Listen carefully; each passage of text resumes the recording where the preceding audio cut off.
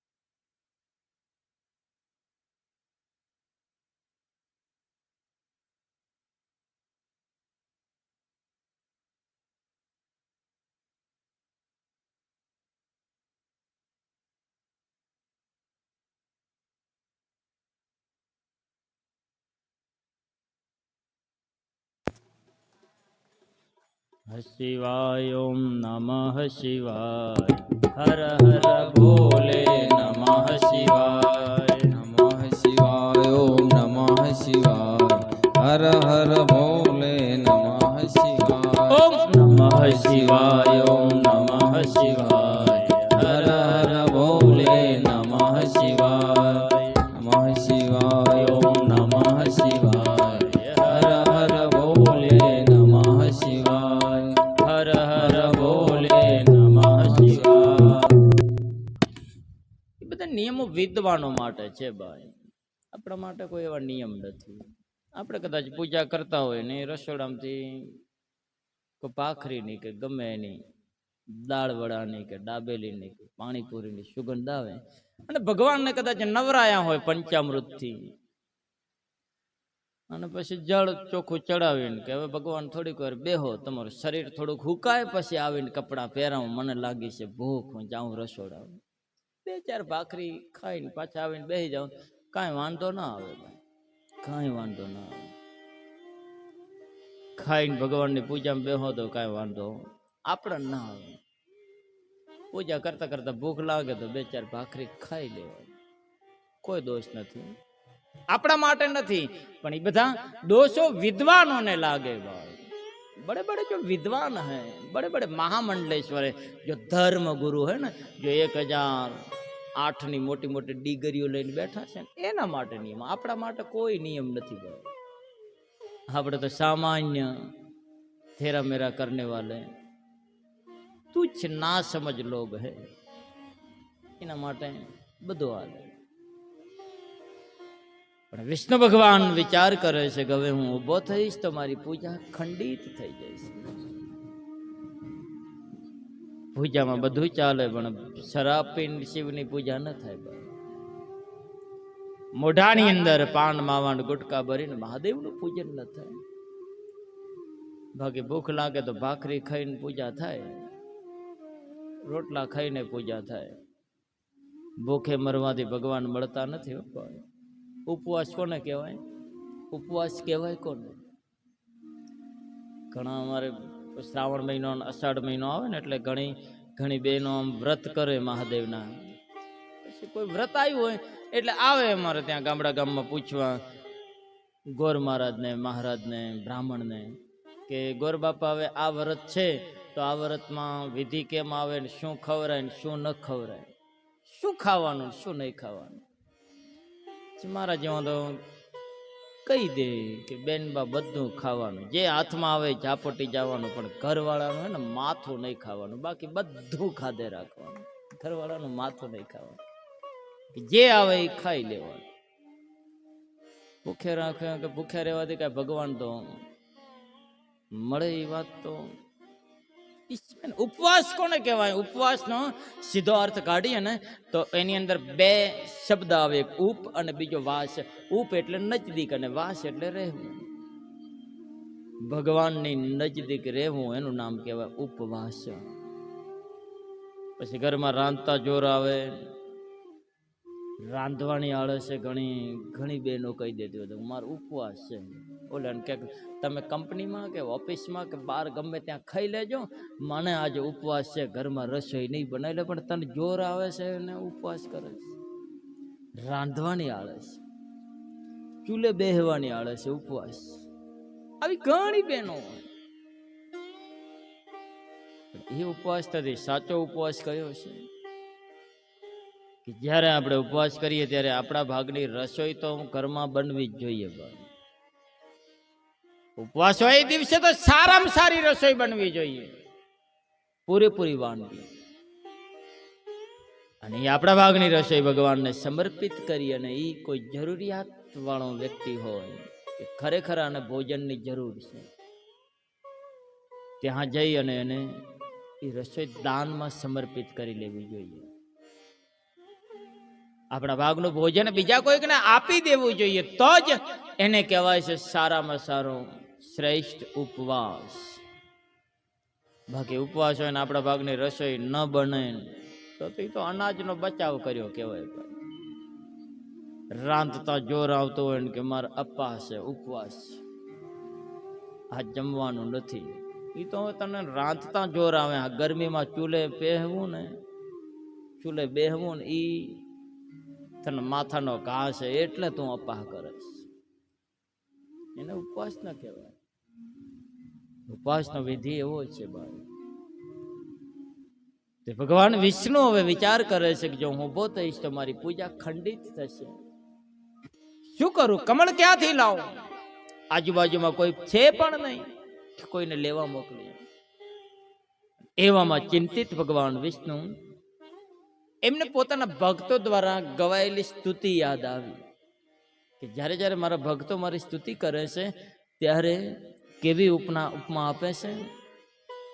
લક્ષ્મી કાંતમ કમલ નયનમ. લક્ષ્મીના કાંત અને કમળ નયનમ. ભગવાન વિષ્ણુના નયન એટલે આંખ કેવી છે તો કે કમળની પાંખડી જેવી છે. આવી ભક્તોએ સ્તુતિ કરી છે નારાયણ. તો નારાયણ કહે છે કે મારી આંખ જ કમળ છે તો આમે એક કમળ ઓછું છે તો લાવ મારી એક આંખ કાઢી અને ભગવાન શંકરને કમળના રૂપમાં સમર્પિત કરું. આવો વિચાર કરી અને ભગવાન વિષ્ણુએ બાજુમાં એક શસ્ત્ર પડ્યું છે એ શસ્ત્ર લઈ અને પોતાની આંખ કાઢી અને ભગવાન શંકરને સમર્પિત કરી. 1000 કમળોની પૂજા સંપન્ન થઈ અને મહાદેવ વિષ્ણુ ભગવાનની આવી પ્રકાંડ ભક્તિને જોઈ અને વિષ્ણુની સામે પ્રસન્ન થયા અને કહ્યું કે હે નારાયણ, તમારી મારા પ્રત્યેની આસ્થા અને ભક્તિથી હું સ્વયં પ્રસન્ન થયો છું. તમે વરદાન માગો. ત્યારે વિષ્ણુ ભગવાન કહે છે કે પ્રભુ તમે મને પ્રસન્ન થયા હોય, વરદાન આપવા ઈચ્છતા હોય તો નિરંતર મારા હૃદયમાં આવી અને વાસ કરો. વિષ્ણુના હૃદયમાં ભગવાન શિવ છે અને શિવે કહ્યું કે તથાસ્તુ, હે નારાયણ હું તમારા હૃદયમાં રહીશ અને તમે મારા હૃદયમાં રહીશ. શિવના હૃદયમાં વિષ્ણુ અને વિષ્ણુના હૃદયમાં શિવ છે. શિવ અને વિષ્ણુમાં કોઈ અંતર નથી. ભક્ત અને ભગવાનમાં જેમ કોઈ અંતર ન હોય ને એમ નારાયણ અને શિવ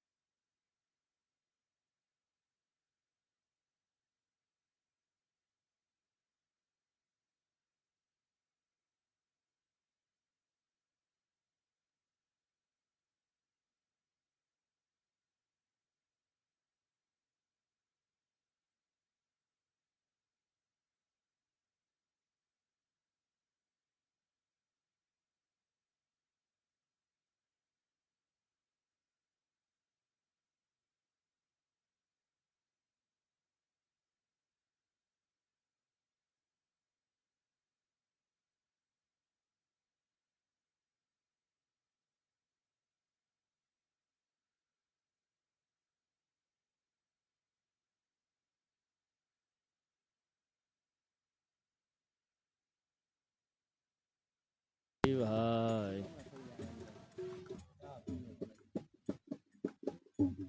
નમઃ શિવાય. ઓમ નમઃ શિવાય. હર હર ભોલે નમઃ શિવાય. નમઃ શિવાય. ઓમ નમઃ શિવાય. હર હર ભોલે નમઃ શિવાય. નમઃ શિવાય. ઓમ નમઃ શિવાય. હર હર ભોલે નમઃ શિવાય. હર હર ભોલે નમઃ શિવાય. ભગવાન વિષ્ણુના હૃદયમાં શિવ છે અને શિવના હૃદયમાં વિષ્ણુ છે. વિષ્ણુ અને શિવમાં કોઈ અંતર નથી, જેમ ભક્ત અને ભગવાનમાં કોઈ અંતર ન હોય એવી રીતે. અને પછી ભગવાન શિવે નારાયણને સુદર્શન આપ્યું.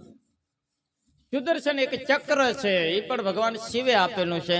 અને બીજું સુદર્શન એટલે કે સારું દ્રષ્ટિ, સારું દર્શન. આ જગતની અંદર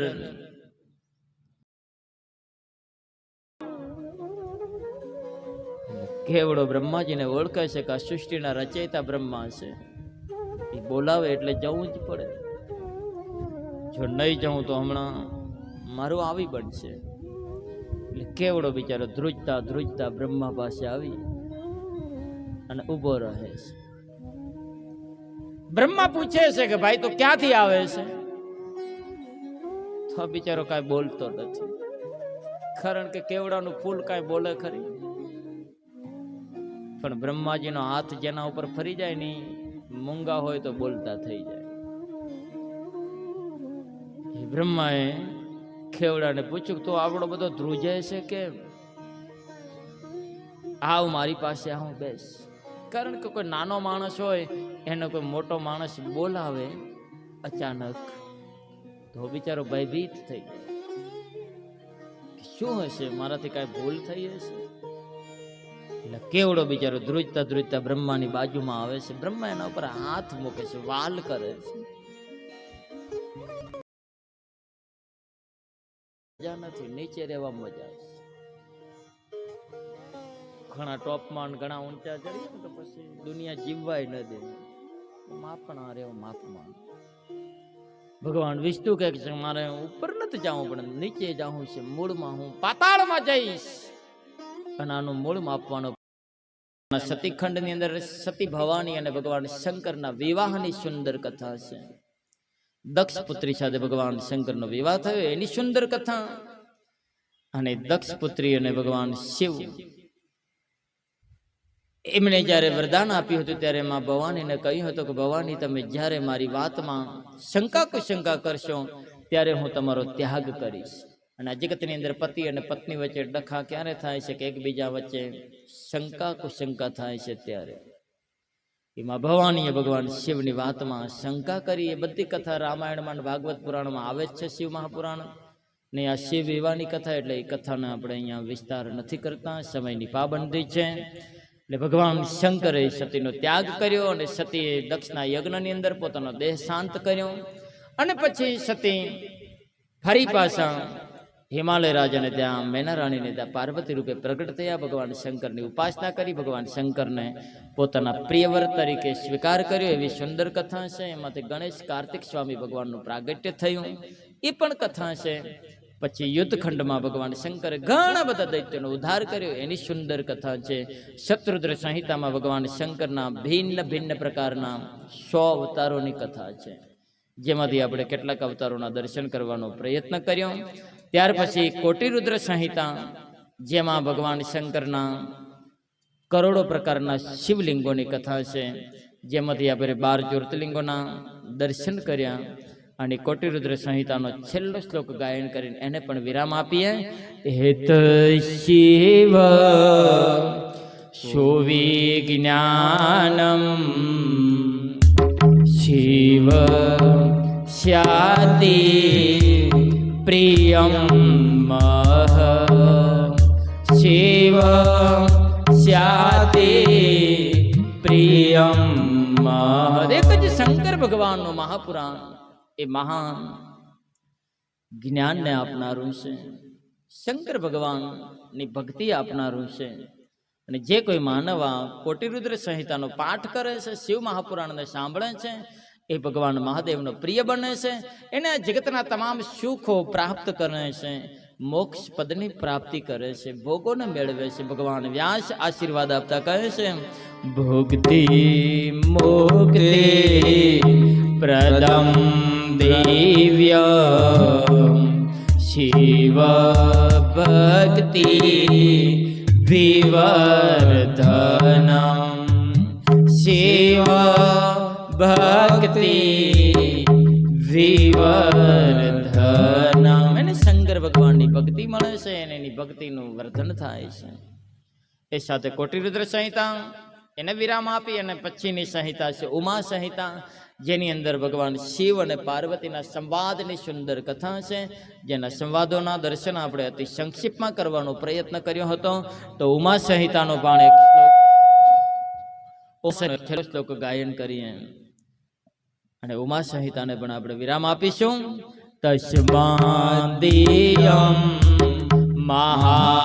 મહાપુણ્યા રમ્યો માસમ હિતા સદા રમ્યો મા સંહિતા સદા. જે કોઈ સંહિતાનો પાઠ કરશે એને મહાન પુણ્ય મળશે.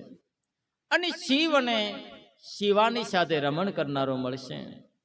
અને આ ઉમા સંહિતાનો પાઠ, ઉમા સંહિતા અને શિવ મહાપુરાણને સાંભળવાથી મનુષ્યના હૃદયમાં શિવની ભક્તિ અંગીકાર થાય છે. ભગવાન વ્યાસ કહે છે, શ્રોતવ્યામ પઠિતવ્યાચ શિવ ભક્તિ ભીક્ષુભી શિવ ભક્તિ ભીક્ષુભી. આ સાથે ઉમા સંહિતા પછીની શિવ મહાપુરાણની સંહિતા જેનું નામ છે કૈલાસ સંહિતા. 7 સંહિતાઓ છે. કૈલાસ સંહિતાની અંદર પણ જ્ઞાન, વૈરાગ્ય અને ભક્તિનું સુંદર વિવેચન ભગવાન વ્યાસજીએ કર્યું છે. તો કૈલાસ સંહિતાનો એક જ શ્લોક ગાયન કરી અને કૈલાસ સંહિતાને પણ વિરામ આપીએ. અત્રેવ સુખમાસીના શ્રી વિશ્વેશ્વર પાદયો. જે ભગવાન વિશ્વનાથની સાનિધ્યમાં આ કૈલાસ સંહિતાનો પાઠ કરશે એને સુખ મળશે, આયુષ્ય મળશે, ધન મળશે, ધાન્ય મળશે અને એનું કલ્યાણ થશે. એને બધા જ પ્રકારની મુક્તિઓ પ્રાપ્ત થશે. ભગવાન વ્યાસ લખે છે, સાયુજ્યમ રૂપામતુલ્લા ભજત્વમ મુક્તિ મૃતમામા ભજત્વમ મુક્તિ મૃતમામા. એને મુક્તિ મળશે, મોક્ષ મળશે. એવી સુંદર કૈલાસ સંહિતાને વિરામ આપી અને પછી શિવ મહાપુરાણની છેલ્લી સંહિતા જેનું નામ છે વાયવ્ય સંહિતા. વાયવ્ય સંહિતાના 2 ખંડ છે, એક પૂર્વાર્ધ અને એક ઉત્તરાર્ધ. પૂર્વાર્ધની અંદર ઉપમન્યુજી મહારાજની સુંદર કથા છે. ઉપમન્યુજી મહારાજે ભગવાન શ્રી કૃષ્ણને મહાદેવની કથા કહી છે. એનું સુંદર જ્ઞાન, વૈરાગ્યને વર્ધન કરનારી શિવનું ચરિત્ર વાયવ્ય સંહિતાના પૂર્વાર્ધમાં વર્ણન કર્યું છે. ઉપમન્યુજી ભગવાન શ્રી કૃષ્ણને કથા કહે છે. તો એ પૂર્વાર્ધના 2 શ્લોકો ગાયન કરીશું. ઉપમન્યો પ્રસન્નાત્મા પ્રાપ્યમ તસ્માદ ભરાર્ન પ્રાપ્યમ તસ્માદ ભરાર્ન. જે કોઈ માનવ આ ઉપમન્યુ અને કૃષ્ણના સંવાદ રૂપી શિવ મહાપુરાણને સાંભળશે એનું આ જગતની અંદર કલ્યાણ થશે અને સુખ મળશે. એની કુળદેવી એના ઉપર રાજી થશે. ભગવાન વ્યાસ કહે છે, જગામ જનની સ્થાનમ સુખમ પ્રયાધિકમ જશ સુખમ પ્રયાધિકમ જશ. આ સાથે વાયવ્ય સંહિતા અમારા હૃદયમાં શંકર ભગવાનની પ્રગાઢ ભક્તિ ઉદ્ભવ થઈ છે અને હવે અમે ધ્યાન સમાધિમાં લીન થશું. આમ કહી અને બધા જ 88,000 મહાત્માઓ પ્રયાગ ક્ષેત્રની અંદર ધ્યાન સમાધિમાં લીન થાય છે.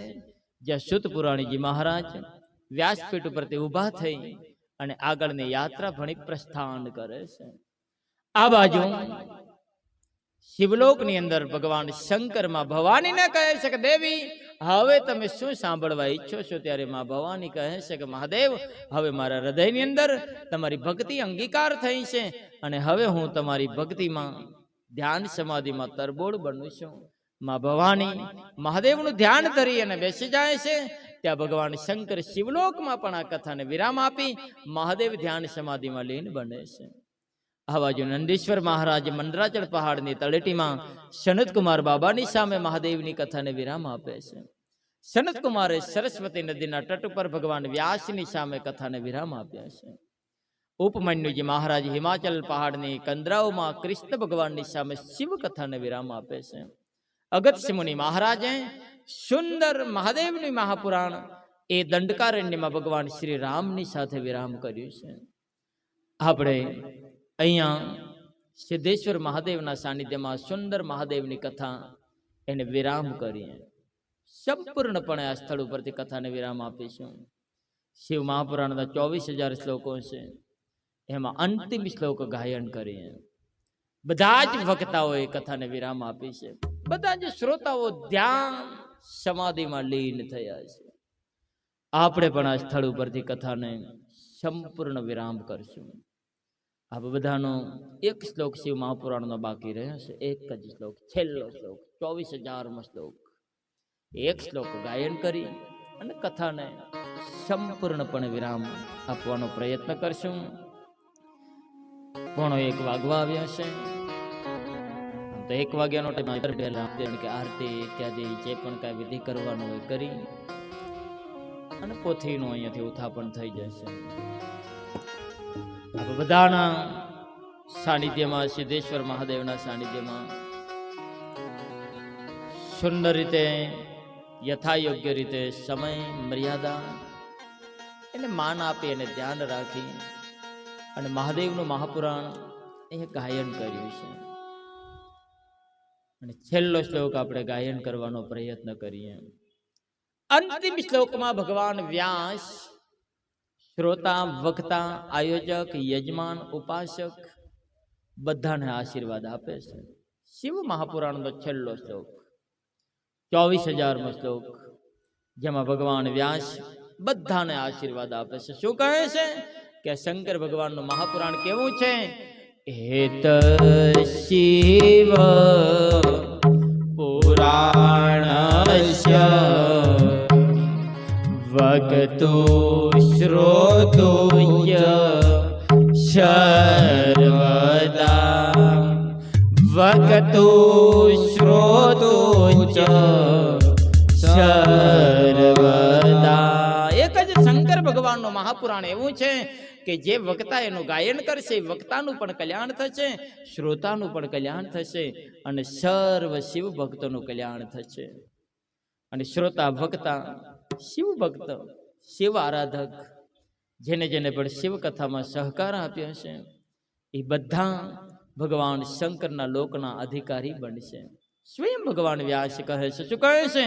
સગણ સસુત શાંબ શંકરોતુ શંકર શંકરોતુ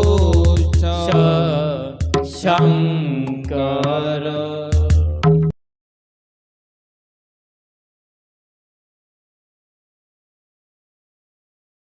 હરયે નમઃ. હરયે નમઃ. આ કથાનો હેતુ આપણો શું છે?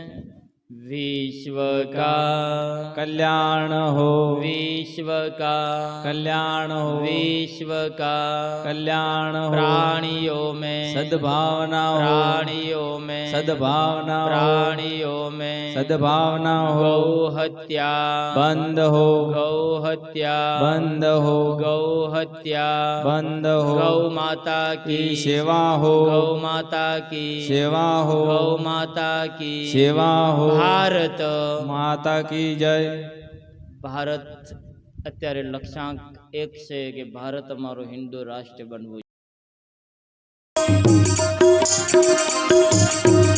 હે આરતી શિવ મહાપુરાણ ને થાય, આરતી શિવ મહાપુરાણ ને થાય. દીવડા જગમગ જગમગ થાય.